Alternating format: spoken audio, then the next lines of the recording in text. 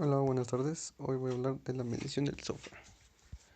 Las medidas directas del proceso de software incluyen costo y esfuerzo aplicado.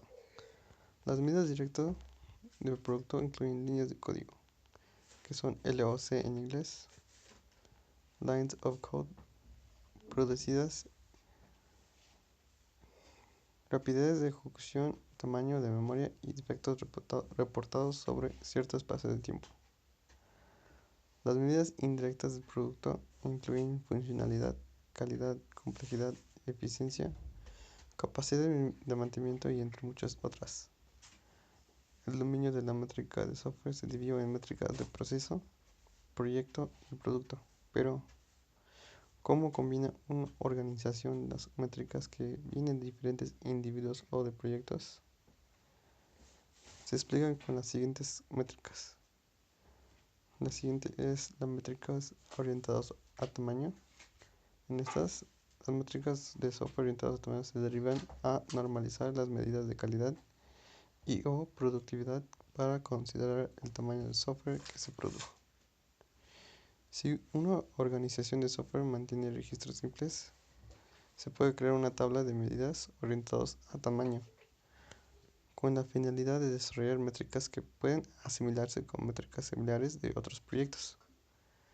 Pueden elegirse líneas de códigos como un valor de normalización a partir de los inventarios datos contenidos en la tabla. Pueden desarrollarse otros datos de otras métricas simples orientados a tamaño para cada proyecto. Como ejemplo, los errores por CLOC, miles de líneas de código, defectos por SLOC, el dinero, el costo por CLOC, y luego las páginas de documentación por CLOC.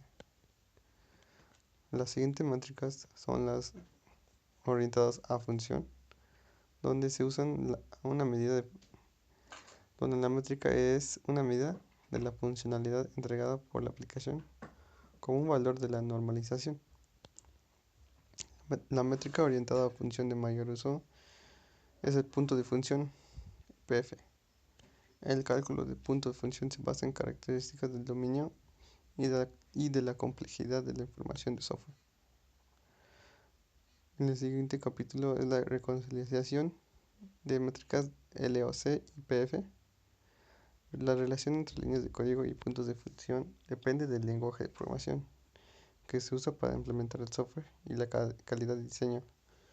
Así que no siempre implica que solo porque es más líneas de código significa que es mejor o más eficiente para el LOC o el PF.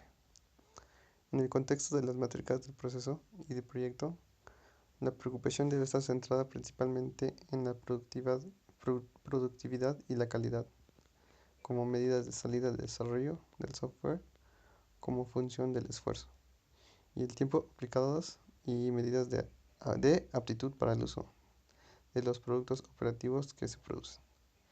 Este interés es histórico y acumulativo. Las siguientes métricas son las orientadas a objetos.